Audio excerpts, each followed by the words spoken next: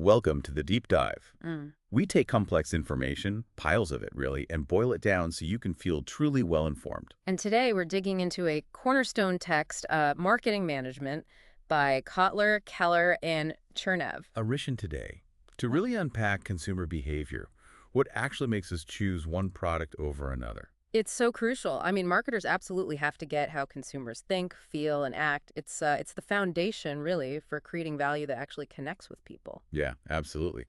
And to start, let's look at Patanjali Ayurveda in India. Wow, what a growth story. Phenomenal success. Right, and they did it by tuning right into customer needs, connecting deeply through that association with Baba Ramdev, the yoga guru. It's a fascinating model, Ayurvedic tradition, but also this almost spiritual leadership approach. Profits reinvested, Yeah. lets them compete fiercely on price. And his TV fame gave them this incredible launch pad. It just shows how understanding that cultural context, that trust factor, it can completely change the game. So we'll look at that, and then we'll zoom out. We'll get into the bigger picture, the model of consumer behavior, all the influences, the psychology, that whole journey we take when we buy something. Okay. So let's start unpacking it.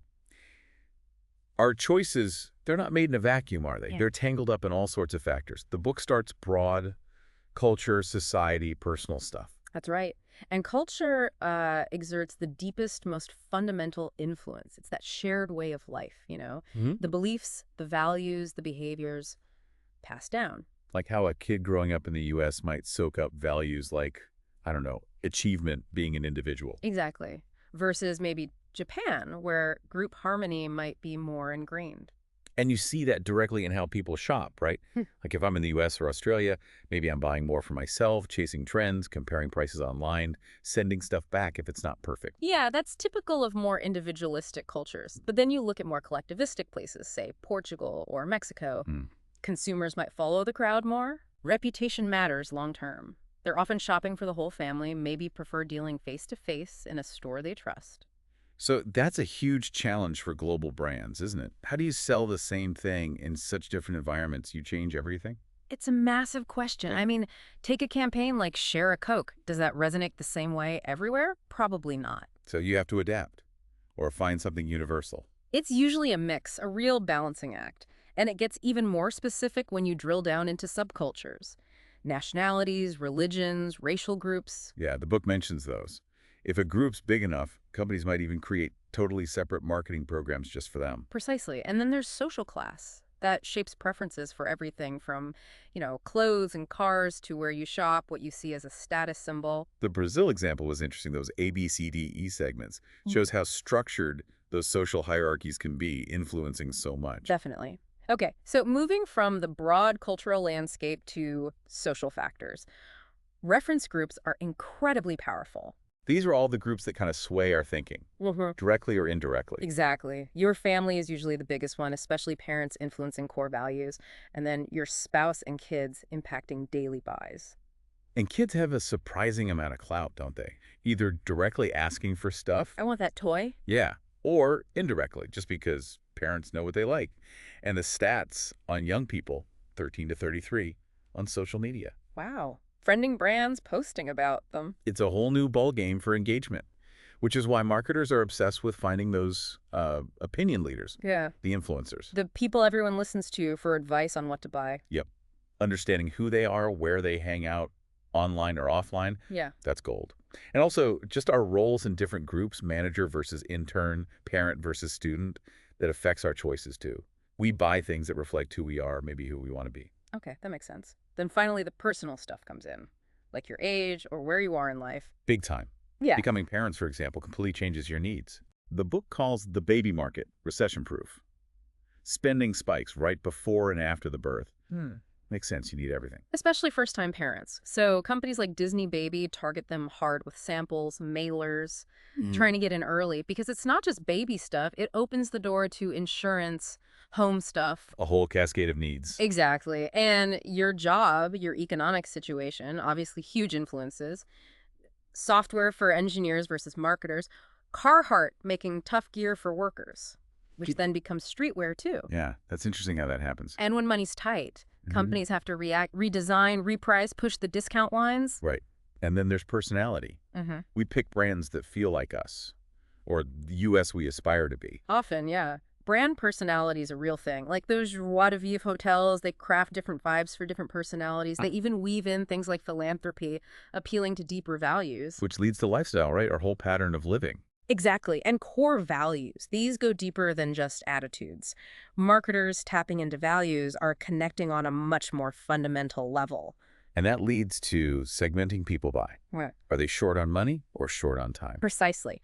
Walmart focusing on everyday low prices for the money constrained. By squeezing the supply chain, yeah. Right. Or those multitasking beauty products for the time crunched. The hamburger helper example was great for that. The convenience involvement segment. People want easy, but not too easy. They still want to feel like they cooked. Yeah, adding their own touch. So introducing new flavors, tapping into that specific need, actually boosted sales for an older brand. It shows understanding lifestyle nuances really work. Okay, so that covers the external and personal influences. Now let's get inside the consumer's head. Psychology. Right. This is where it gets really interesting. 4 key processes: motivation, perception, emotions, and memory. These really filter how we respond to marketing. So motivation starts with needs, right? Basic human requirements, food, safety, belonging. Physiological needs, psychological needs, and critically, marketers don't create these needs. Needs exist already. They just show how their product meets that need, like a fancy car meets a need for status. Exactly. Or pizza meets hunger. Maslow's hierarchy is the classic model here. You need the basics: food, shelter, before you worry about status or, self-fulfillment. A starving person isn't buying art. Pretty much. But wants. Wants are shaped by society. I might want pizza here. Someone in India might want turtle naan to satisfy the same hunger need. And sometimes the need is unconscious. We don't even know why we want something. Absolutely. Think about Apple or Dollar Shave Club or Blue Apron. They didn't just meet a need. They kind of helped customers discover what they wanted. Simplicity, convenience, confidence. That Blue Apron example, helping people feel less intimidated by cooking. Right. It taps into something deeper, which leads to motivation research, trying to uncover those hidden whys. Like the Betty Crocker cake mix story. Sales jumped when they made people add their own egg. Classic. It wasn't just about the cake. It was about the feeling, the ritual of contributing. Making it less convenient, paradoxically, made it more appealing. Wow. And that researcher, Rapai, trying to find the code for the Dreamliner. Universal emotional triggers. Yeah, like bigger windows tapping into a feeling of freedom, maybe? Though his PT Cruiser work shows even a hit needs ongoing love, right? Sales tanked when it didn't evolve. Good point. Okay, so what about perception? The book says it's often more important than reality. In marketing, absolutely, because perception drives behavior. And we don't just absorb information passively, we filter it. Through 3 processes. Selective attention. Right. We screen most stuff out.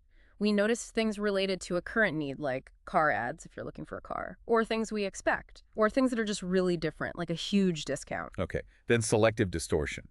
Twisting info to fit what we already believe. Yep.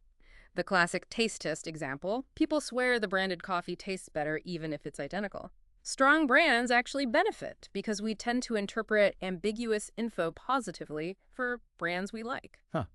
Okay, and then emotions. We're not just rational robots calculating value. Far from it. Emotions are huge. Think Hallmark, Coke. They build loyalty through feelings. Or those campaigns like You Buy Kotex trying to break down awkwardness, or Ray-Ban making you feel cool. Exactly. A powerful emotional story gets shared, gets talked about, it connects. And think about retro marketing, bringing back old brands like the Beetle or Wispa bars. Tapping into nostalgia. Yeah, that warm, fuzzy feeling. It works, especially with younger consumers who see it as kind of cool and new old. Okay, last one. Memory.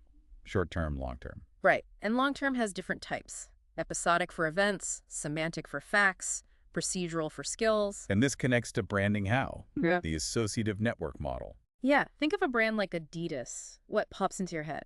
Soccer, shoes, maybe Nike, specific athletes. Marketers are constantly trying to build and reinforce the right positive associations in your memory. But how do they make sure their message sticks out from all the noise from competitors? That seems tough. It is a huge challenge. Interference is a real problem. You might remember seeing an ad but forget which brand it was for. So it's not just getting the info in there, it's making sure it can be retrieved later. Exactly. Retrieval cues are key. That's why packaging matters, in-store displays, even little instructions like shampoo, rinse, repeat can act as cues to remind you of the brand or encourage usage. Got it. Okay, so All these psychological factors feed into the actual buying process. Right, the culmination. And while we often see it as 5 neat stages, problem recognition, info search, evaluating alternatives, purchase, post-purchase, it's more like a journey. It's not always straight line. You might skip steps or go back. Totally. Like buying your usual toothpaste, you might go straight from need toothpaste to buy toothpaste. Okay, so stage 1 is problem recognition, realizing you have a need. Triggered internally, like hunger, or externally, like seeing an ad. Exactly. A friend's new gadget, an ad for a trip. Marketers need to know what sparks that initial need. Then you search for info, sometimes passively, just noticing things more, sometimes actively looking online, asking friends. Right, and people often search less than you'd think. But yeah, active search involves tapping different sources. Personal sources, like friends. Commercial, like ads.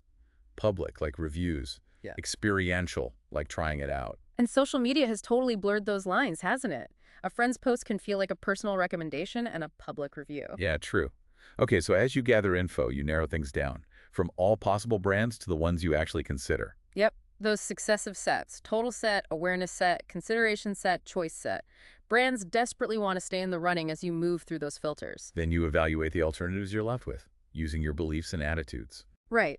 A belief is just thinking something is true about a product. An attitude is your overall feeling towards it, like it, dislike it.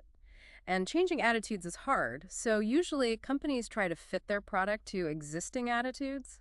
And the expectancy value model helps explain how we weigh the options, based on attributes and how important they are to us. Exactly. Like with laptops, you might weigh processing speed, battery life, price. Combining your beliefs about each brand on those attributes with how much each attribute matters to you. And brands can try to influence that improve their product, change your beliefs about them, or even try to make certain attributes seem more important. All viable strategies. Then finally, the purchase decision. You pick the brand, where to buy it, how much, when. But it's not always super rational, right? We use shortcuts, heuristics. Definitely. Especially when we're busy or it's not a huge decision. These mental shortcuts save time, but they can lead to biases. Like that availability heuristic, judging something as more common just because examples come to mind easily. Yeah, or thinking 2 things happening together is more likely than one happening alone, the conjunction fallacy. Our brains take shortcuts that aren't always logical. Which brings us to choice architecture, designing the context to nudge us. Exactly, like those 100-calorie packs. Makes portion control easy, nudges you towards maybe a healthier choice, and it's profitable for Nabisco. It's subtle influence. Okay. And involvement matters too. High involvement, like a car, we think harder. Low involvement, like salt, we use peripheral cues. That's the elaboration likelihood model. Central route processing for big decisions, peripheral route for low-stakes stuff, where maybe a celebrity endorsement or nice packaging is enough. And marketers try to boost involvement sometimes, link the product to something engaging. They do, make it feel more personal or relevant, but even after you've decided to buy, things can still interfere, right? Like what others think, especially reviewers or experts. Yeah, attitudes of others can be powerful. Or unexpected situations, maybe you lose your job just before buying that car. Or just perceived risk. Will it work? Is it safe? Will my friends laugh at me? So many potential pitfalls. Marketers need to anticipate and address those risks with information, guarantees, good reviews. And the journey isn't over even after you buy. Post-purchase behavior. Crucial. Are you satisfied? Delighted? That determines if you buy again, if you tell your friends. Or if you complain and warn everyone off if you're dissatisfied. Exactly, which is why follow-up matters. Confirmation letters, help guides. It reinforces the decision, and helping people consume optimally, like subscription boxes, can speed up repurchase. Okay, this is a lot. Let's tie it together with those examples. Mayo Clinic. A fantastic example of putting the consumer, the patient first. It's baked into their values. Patient needs above all, teamwork. From the greeters to the building design. Even how doctors are paid salary, not fee for service, removes conflicts and encourages collaboration. They really thought about the entire patient journey, deeply understanding their needs and anxieties. And Intuit, Quicken, TurboTax. Their genius was simplicity. Quicken wasn't the most feature-packed, but it was intuitive. It looked like a checkbook, solved a real problem easily. And they achieved that through tons of consumer research, home visits. Thousands of hours. Real empathy. Understanding the feeling of doing finance is not just the task. That led to things like Snap tax filing from your phone or Mint simplifying data entry. It's about the emotional payoff, reducing the hassle. Absolutely. And their best marketing. Word of mouth. 8 out of 10 customers buy because someone recommended it. That's the power of getting the whole journey right. So wrapping this up, what's the big takeaway for someone listening? Well, whether you're in marketing, starting a business, or honestly just trying to understand your own choices better, getting the stuff, the cultural, social, personal layers, the psychology, the decision journey, it's incredibly practical. It's not just academic theory. Not at all. Success really seems to come from that 360-degree view of the customer, anticipating needs, understanding emotions, being present all along the way. Recognizing we're complex people, not just logical calculators. Exactly. Which leads to maybe a final thought for you to consider. How might understanding some of these psychological principles we touched on, like framing, how information is presented, or mental accounting, how we mentally budget money, how might that change how you make decisions? Not just shopping, but maybe in other parts of your life too. That's interesting food for thought. Sure. We really hope this deep dive helps you feel much more well-informed about consumer behavior. Thanks so much for joining us.